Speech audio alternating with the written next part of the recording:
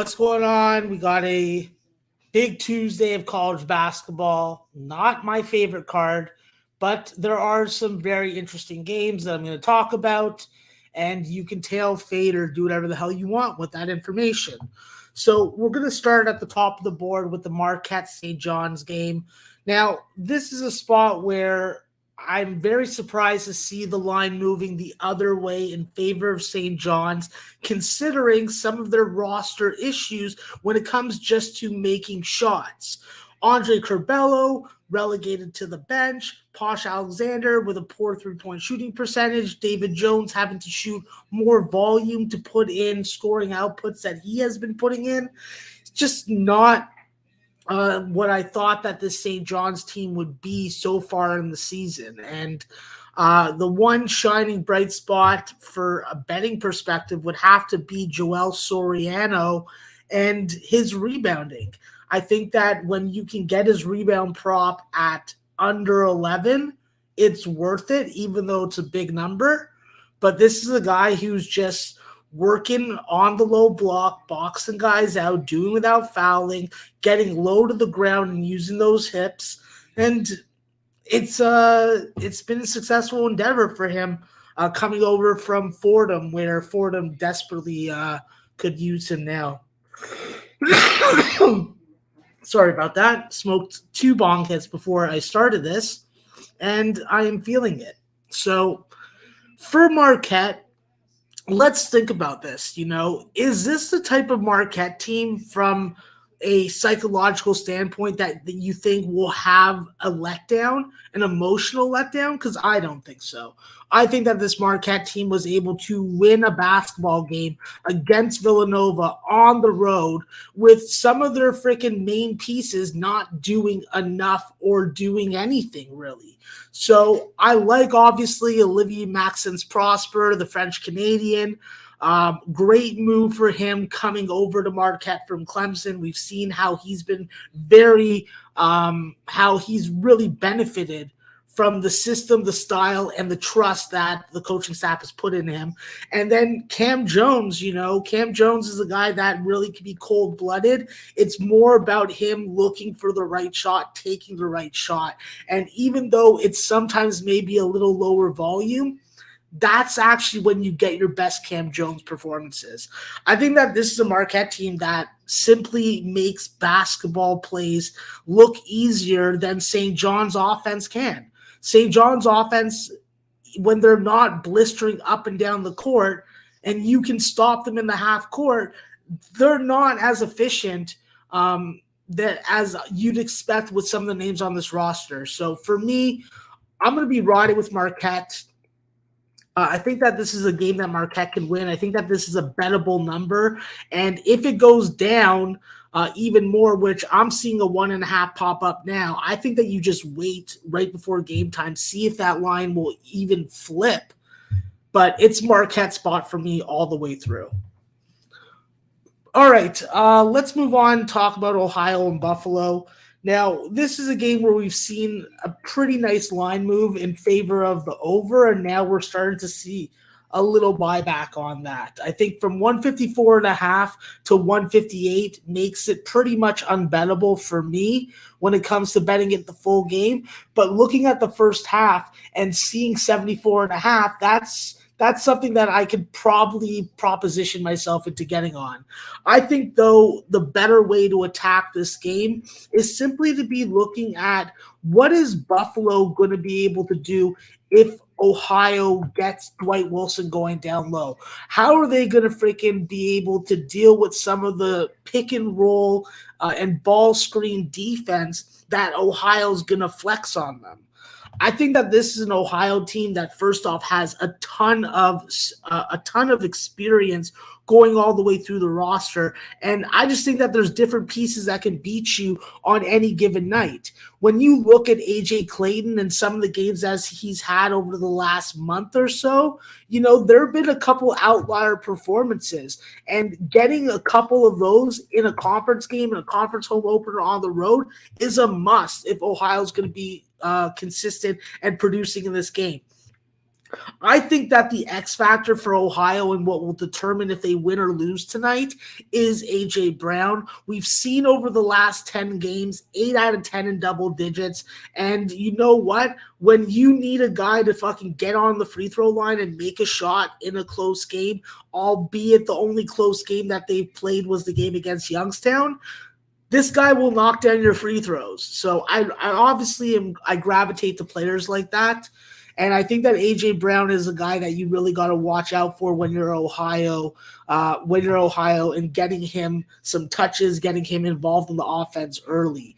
I think that with ball handling and Jalen Hunter, this is an experienced guard, a physical guard, and he's done a good job of distributing the basketball while limiting his turnovers and fouls. Against Buffalo, though, Buffalo plays very strongly at home. There's no other way to fucking describe it. They play up to their competition at home. So I think that in this game, pick and roll defense is going to play a big factor. And because of that, I think Ohio's going to win the game.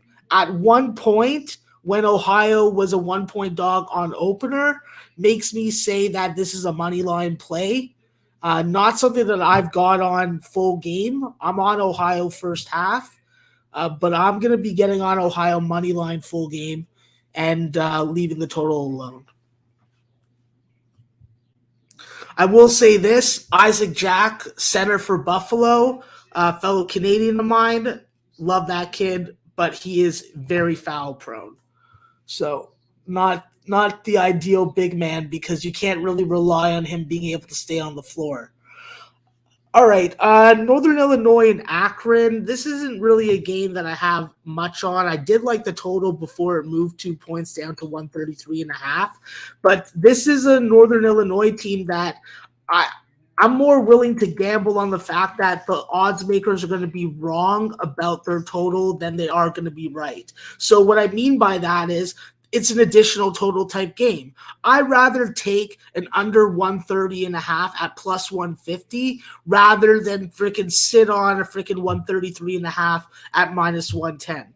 When you look at Northern Illinois' games, Northern Illinois is red and green for me all the way through. Aside from their game against Gonzaga, which only went over by half a point off the closing line, I just don't see a reason not to gamble a little on this game when it comes to this total. Remember, their game against Indiana State last time out stayed under by 30.5 points. So I think that there is some significant value on the additional total, especially considering the closest the odds makers closing line has been to the actual freaking total of the game was 14 points for Northern Illinois. That's it. So they haven't been able to figure them out, and that screams to me plus money, even on both sides, so you can basically guarantee a profit if one of them cash. Obviously, you risk them both losing, but when I look at these game logs and I look at the closing lines and then I look at the actual scores, there's too much value that people bypass on a regular basis. So I'm just going to roll with that. Akron for themselves, I think that the game against LSU was the only game that was close. It was 3 points under the closing line. It finished on 131.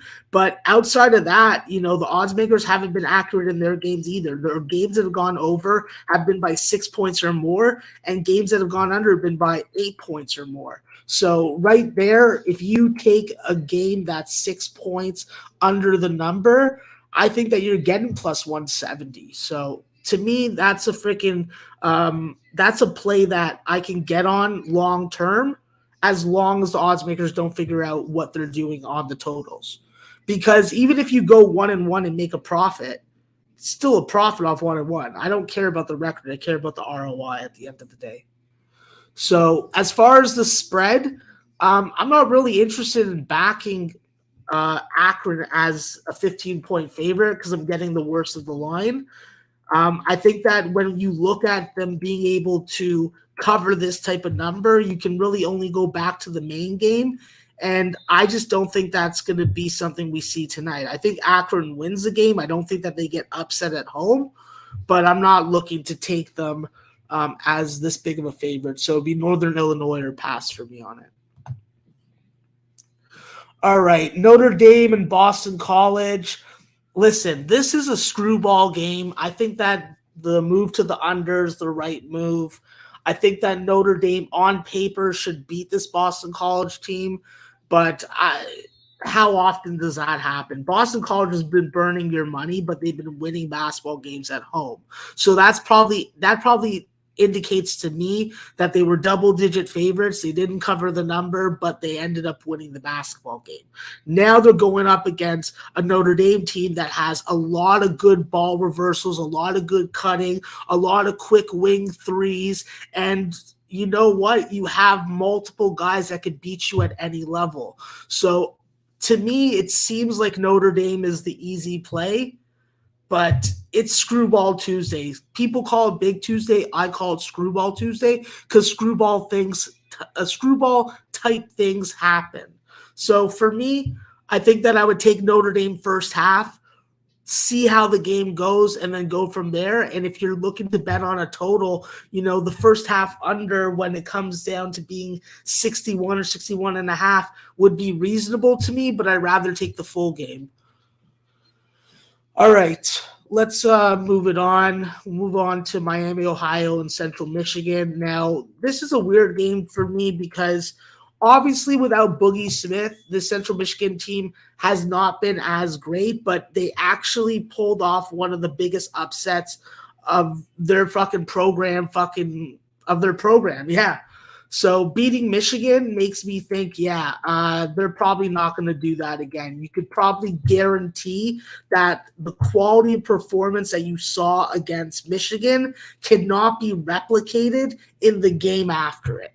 So right then and there, it makes me like Miami, Ohio early on.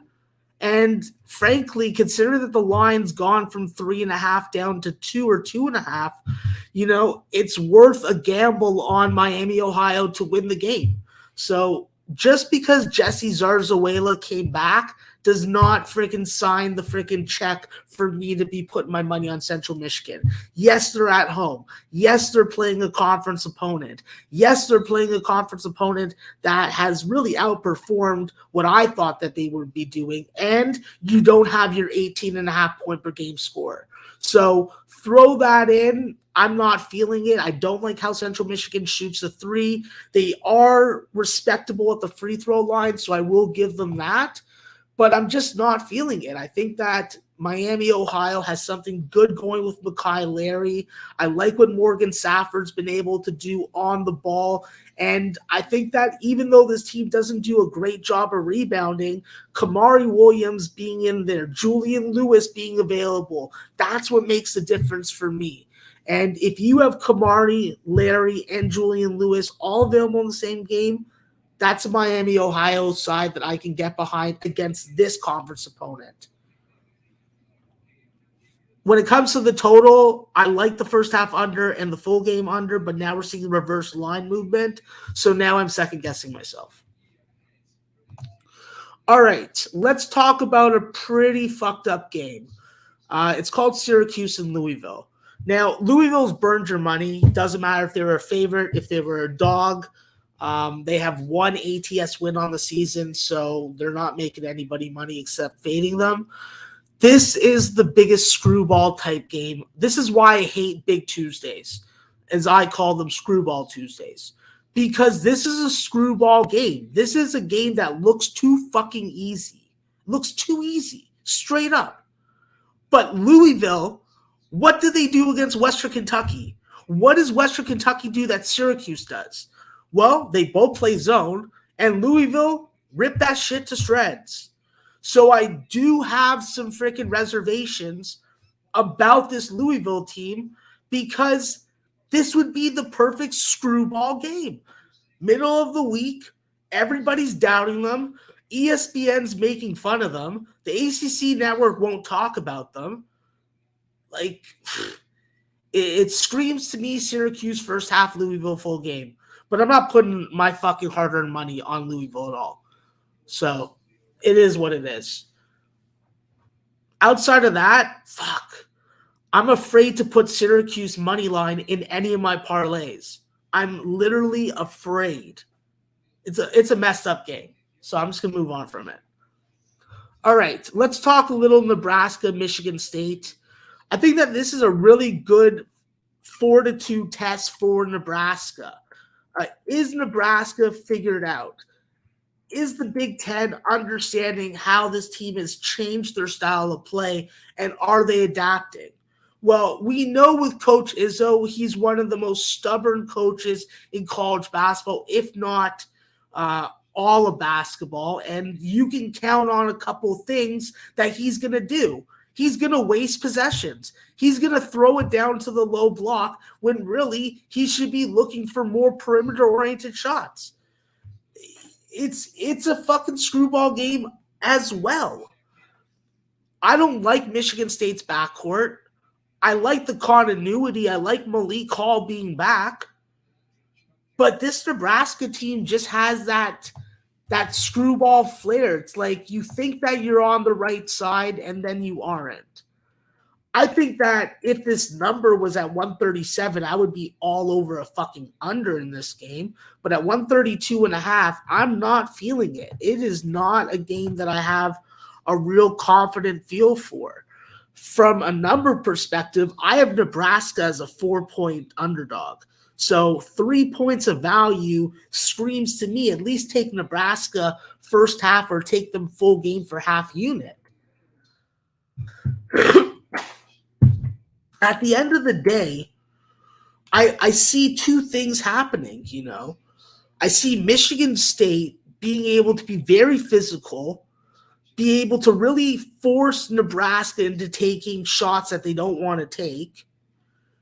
And on the other side, I'm like, I just don't see this Michigan State team being able to blow anybody out unless their defense is doing it for them, because they're just not a high-octane offense, in my opinion. Watch them score 80 points tonight. But it's a tough fucking game. I think with Derek Walker back and having Jawan Gary, you have a lot of interchangeable size, very good rebounding guards. Yeah, I think that I got to lean towards Nebraska in this game. And outside of that, the one thing that concerns me is Nebraska's free throw shooting. They're not a 70% team. Obviously free throws come back to haunt you in the second half. And on the road, it's a dangerous one. It's a dangerous one. I could be totally on the wrong side, and I should be all over Michigan State. Michigan State has been very good first halves at home, have raised their scoring output in the second halves, have been able to win by double digits. Just like, are you going to score 70 points versus Nebraska? That's what I thought I was going to do, and they didn't do it. 3-point shooting will probably determine this game. Whoever has their threes on point will win and probably cover. And that's why I have so much indecision about this game. All right, South Carolina and Vandy. Now, this is a spot where I can't believe I'm seeing Vandy with no true lead guard as a 10-point favorite. But watching them dismantle Southeast Louisiana and knowing what a fucking doormat South Carolina's been makes me just want fucking nothing to do with it, I think that when I look at my projections, South Carolina probably wins this game big. What did I have here? Sorry, I'm looking on the screen for the game, and it's not appearing to me. I had Vandy winning by 14.7 points. So for me, it seems like a spot that South Carolina, even though they brought in some name brand transfers and got a fucking local 5-star recruit, it just hasn't worked out for them. But I'm not in the rush to fucking bet this. This game definitely screams route to me, but there's something fishy about it. Mississippi State and Tennessee. This is another weird spot because if Tennessee can score the basketball semi-regularly, I don't see Mississippi State being able to really compete with that.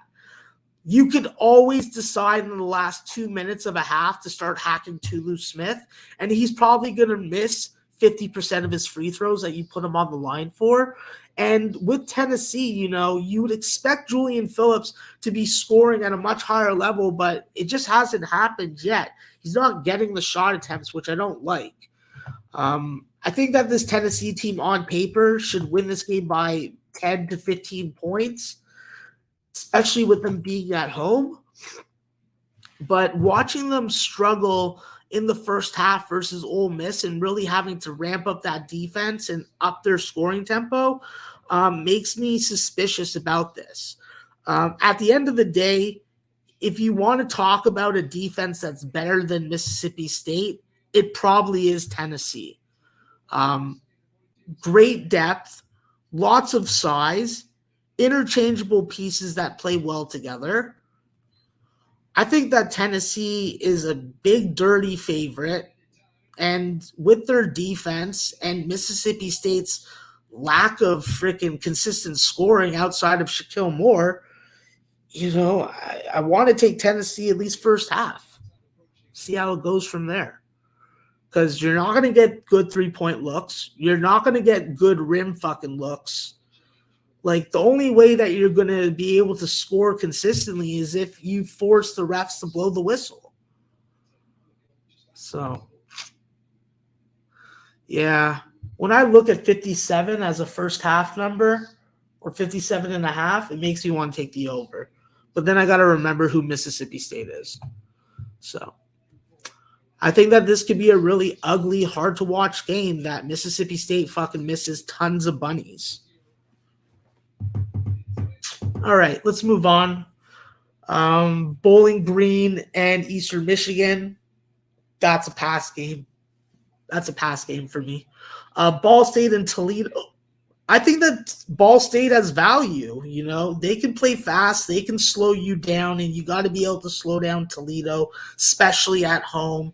When I watch Ball State, I think that they have a ton of good ball movement. They work the ball inside and out very well, and they're going to have to do that and score quickly against Toledo. I think that they do that tonight. I think that they give Toledo a nice fight and a nice run for their money. And at the end of the day, we've seen a whole bunch of holes in this Toledo team the entire season. I haven't seen anything that makes me think that they fixed those holes. And with a Ball State team that definitely is going to get a ton of run from Peyton Sparks, he's probably the most dominant big man in the conference. When you look at Jerron Coleman and his cold-blooded fucking three-point shooting, Demarius Jacobs, obviously with his ball handling, rebounding, and defense, this team will take the ball away from you. They'll ball hawk you. They'll really force you to make decisions quickly. And that could work out well and that could work out badly. It's all about, is Toledo hitting their jump shots early in games? We've seen them start strong. We see them start poorly. So for me as a gambler in a game like this, where I think it's a fucking one possession game at the end, I have to take Ball State, and I have to take them first half also, because what do we know about underdogs? Underdogs usually do better in first halves, where sometimes they don't have the juice to finish it off full game. So even though Toledo in the last couple years has really dominated at home, especially in this series, I'm willing to take them now, and I'm willing to take them again when they play them in the second game of the season series. So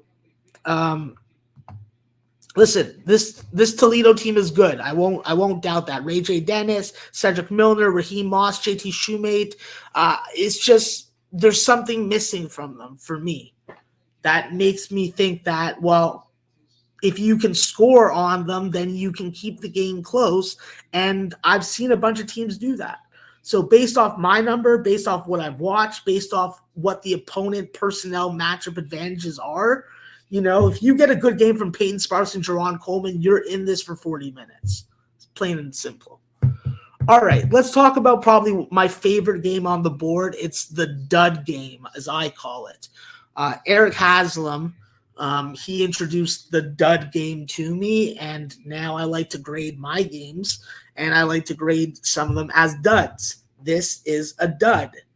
This is a Kent State looks too fucking easy spot. When I watch this Kent State team, when I see the ball handling that you get, especially from Sincere Carey and Giovanni Santiago, I am just uber fucking impressed with it. I think that this is a team that challenged themselves in the non-conference. I think that going up against any kind of competition in the MAC conference is like, it's like fucking chocolate pudding. It's fucking soft going down and soft going out. And against this Western Michigan team, while they do have some very interesting pieces, especially Titus Wright, Lamar Norman, Marquise Hastings, I don't think it's going to be what you need against this defense that you're going to see from Kent State. I think that Kent State can beat you in a freaking rock fight. They can beat you in a game that you should fucking win, I don't like the number, but I do think that we see a big 20-point win for them. Now, obviously, last year it was a little bit of a struggle, especially in the second half after a really dominant first half. So I wouldn't blame anybody for just riding Kent State first half -10 or -10.5. But I do think that there is a lot of value, especially considering that they didn't finish well last year. And when you look at the roster, these are guys that played against each other last year. So I think that you're going to see a better 40-minute effort from Kent State, and having Santiago, having a more experienced Jalen Sullinger. I think that's what makes the difference. That's the guy, to me, that's the X factor for Kent State. You know what you're getting with your freaking experienced upperclassmen guards. And I think that going up against a defense that isn't UTEP's defense is going to be a lot easier, especially from the three-point line. So give me Jalen Sullinger as the X factor. Give me freaking Jacob Santiago and Carey doing what they do. And give me a fucking dominant three-point shooting effort from Miran Thomas. And I think that Kent State fucking doesn't have any problems with this Western Michigan group, even though they are experienced and they have been a good underdog. All right, let's move on. LSU, Kentucky. Fuck, yeah. I don't really have anything to say on this game. I want to get on Kentucky, but I feel really squitter doing so. So, pass on that game. Seton Hall and Creighton. I don't really want to take Creighton, and I don't want to take Seton Hall, so I'm just skipping that game overall. So, here are two games that I really like. San Jose State and Boise State. Now, this may be a really bad spot for San Jose State playing Boise. You get Marcus Shaver back. You definitely have a little bit of a meltdown in the second half where you should have been able to win that game and you caught the lead up late. I think that you see a better version of Boise State, probably better in the first half. But there's something about this 1-3-1 that San Jose State is running against Mountain West teams, and we're just seeing it be successful. So I don't think that there's a reason that I shouldn't have a little bit of faith in San Jose State, who has already won 11 games and has been a moneymaker ATS and as a money line dog. So for me, it's San Jose State full game plus 10.5. I like the over before the line moved 5 points. I think that we see a game that it finishes in the 130s. And with San Jose State, I think that they are going to be able to really speed Boise up, force them into some unforced turnovers. And listen, if San Jose State hits some threes from the corner, then that offense will get going. If San Jose State is struggling to get to 60 points in this game, then they probably don't fucking stay within the number. And obviously the game stays under. But from everything I'm looking at from a stat perspective, from an analytic perspective, from rewatching San Jose State's defense at the highest points in their games, at the turning points in their games, it doesn't seem like a bad 10-point dog to get involved with. So I'm rolling with it, and I'm unapologetic if it loses. Utah State and Air Force. Now, this is a real interesting game to me because obviously Utah State played Air Force 3 times last year, took them lightly, I would say, in the first game against Air Force with a bunch of injuries, including to Ethan Taylor. Ethan Taylor, Jake Heidbreder are still at Air Force. They're still in this game. I don't think Utah State is going to have as easy a time as they may expect. Air Force definitely has done a much better job scoring the basketball at home than on the road. I think that if you can get Air Force's team total in the first half under 30 points, it's worth a play. I think Air Force and Utah State both go over that number right now of 135.5. And I think that Air Force puts up a fight. Now, the one issue I have with Air Force is, how do you take advantage of Utah State's defense? You bully them down low where they have a bunch of dudes that will either freaking fold like a folding chair or pick up a foul and put you on the line. Daniel Lacken will put you on the line. Taylor Funk will fold like a folding chair. And if you can get your undersized freshman big man and Corbin Green to fucking put up some fucking numbers down there, Air Force is going to have that even more effective offense. We know what Jake Heidbreder does. We know what Corbin Green does. We know what Ethan Taylor does. But Carter Vanderswag, he's been a fucking godsend from the three-point line, hitting his free throws, and the mid-range fucking Jimmy. So I think this Air Force team is improving. I think that their rotation of 7 or 8 guys is a good rotation to me. There's not a ton of free throw freaking boo-boos on this roster aside from Green and Taylor. I think that this Air Force team is going to fucking put up a good fight at home tonight. So I'm willing to take them at 8. I think that the over first half and full game are in play. And I have to look at the Pinnacle line for the first half team total and the FanDuel line to see where I can get a better number. So I think it's a great game. All right. Let me stop now for a minute and look at the chat. What's going on, Toasty? Fucking Alaska. The home of so many of my favorite reality shows. Pat Chambers is he's the BBW guy, bro. He is all about it. You saw him pacing on the sidelines last night. All he was thinking about was fucking hitting those BBWs at the local watering hole. I'm telling you, it's crazy. Yeah, Ohio money line's definitely the play. I can be convinced to get on Akron first half. Yeah, I like that road team trend. All right. Let's move on because I do have to get some soccer bets in, and I did do this stream so I wouldn't watch the second half of the Spanish soccer game that I need both teams to score in. All right, Virginia, Pitt. This is a game where I want to take Pittsburgh. I want to, but the line keeps on going up, and I keep on seeing ticket counts on Pittsburgh. So I'm very nervous about that. I like the way that this Pittsburgh team is equipped to score against Virginia's pack line defense. When you look at Nelly Cummings and the way that he can score inside and out, when you look at Blake Hinson, when you look at Jamarius Burton, when you look at the fact that this team is playing faster and operating a little more cleanly in the half court with no John Hugley in the lineup, where I thought it'd be the other way around. I like this Pittsburgh team. I don't know if this is the same kind of caliber opponent that they can take advantage of for 40 minutes, let alone 20. I'm going to probably find my way on Pittsburgh full game. And I'll say this, Virginia, the question will be whether they cover or not if they can take advantage of Pittsburgh's defense. Because that's where I think that the clearest advantage between these two teams are. I think that Virginia can dribble drive into the rim for high percentage looks. I think that they can swing the ball enough that they get Pittsburgh's defense out of position enough to get multiple open looks. I just think that from a shooting perspective, Virginia could have a really good game tonight.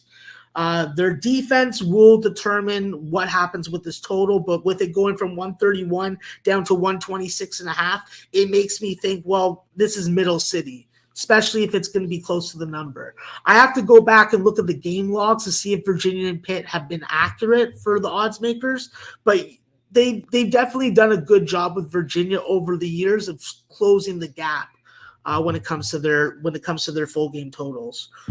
Is Minnesota, Wisconsin, I'm not going to talk about. I don't really like the game. The fact that it's being played is one thing. I don't have to talk about it. It's another, okay?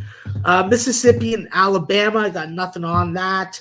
Kansas State and Texas, I'm on that, but I bet that before finding out that David Nagesson may not play tonight, and he's a key fucking cog for Kansas State against Texas. So I'm having buyer's remorse on that one.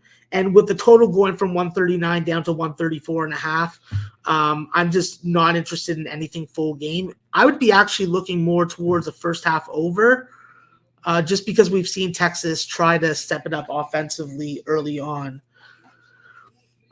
Kansas and Texas Tech. I don't know. Texas Tech has won 29 consecutive home games. They play fantastic defense. I think that the better play is just to ride the full game under, assuming that it's going to be a Texas Tech tempo game. Plus, we've seen Kansas play similar style teams like Wisconsin and play complete rock fights. So not one of my favorite games. I got lots of time to figure out what I'm doing on it, but I do like the full game under. That's probably my favorite play and the only play that I bet that I'm willing to disclose here. I could possibly be on Kansas first half also. All right, last game on the board, New Mexico and Fresno.